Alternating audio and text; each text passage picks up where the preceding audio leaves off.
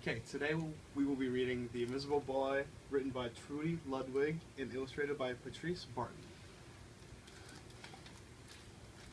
Can you see Brian, the invisible boy? Even Mrs. Carlotti has trouble noticing him in her classroom. She's too busy dealing with Nathan and Sophie. Nathan has problems with what Mrs. Carlotti calls volume control. He uses his outside voice inside too much. Sophie whines and complains when she doesn't get her way.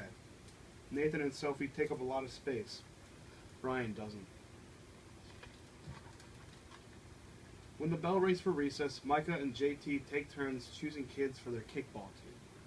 The best players get picked first, then the best friends of the best players, and then the friends of the best friends.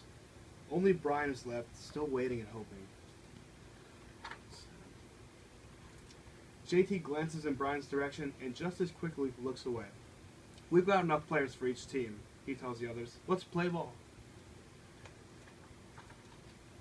In the cafeteria, Madison and her friends talk about her birthday party. The rope swing over the pool was awesome, says JT. Yeah, so was the water slide, adds Fiona. That was the best pool party ever. I'm so glad you guys had fun, says Madison. Everyone did, except Brian. He wasn't invited. At choosing time, while the other kids played board games and read, Brian sits at his table doing what he loves to do best. He draws fire-breathing dragons scaling tall buildings, space aliens locked in intergalactic battles, greedy pirates digging for treasure, and superheroes with the power to make friends wherever they go.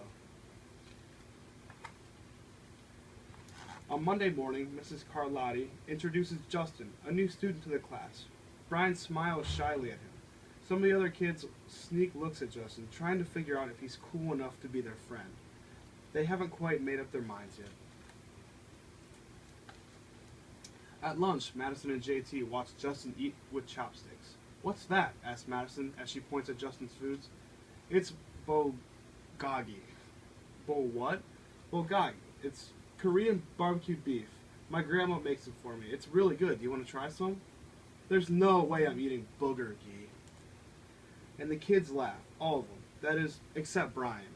He sits there wondering which is worse, being laughed at or feeling invisible. The next day, Justin goes to his cubby to put away his backpack. He notices a piece of paper with his name on it. Justin, I thought the bulgogi looked good. Brian. At morning recess, Brian finds a piece of chalk on the ground and starts drawing away. You're Brian, right? Yeah.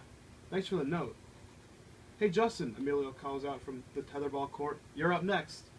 Sorry, I gotta go, says Justin. By the way, that's a really cool drawing, he adds, before taking off. Back in class, Mrs. Carlotti asks the kids to team up in 2 or 3 for a special project. The kids scurry around the room to pair off. Brian heads towards Justin. I'm already with Justin, says Emilio. Find someone else. Brian looks at the floor, wishing he could draw a hole right there to swallow him up. Mrs. Carlotti said we could have up to 3 people in our group. We're only 2. Come on, Emilio. Let him work with us. Okay, I guess. Mrs. Carlotti gives the class directions for the project. Your assignment is to work together to write a story about what you see in this photograph. Use your imagination and have fun. Whoa, cool, says Emilio. What kind of people do you think would live in houses like that? I don't know, but I bet Brian could draw them to go with our story, says Justin. Brian smiles as he takes out his lucky pen. And away they write. It's lunchtime again, Brian's least favorite part of the day. Another long 20 minutes of kids talking and laughing with everyone else but him. Brian, he hears someone call out. Hey Brian, over here. Brian turns and sees Justin waving him over. Amelia nods at Justin as he makes room for him at the table. Cookie? Thanks. Maybe, just maybe, Brian's not invisible after all.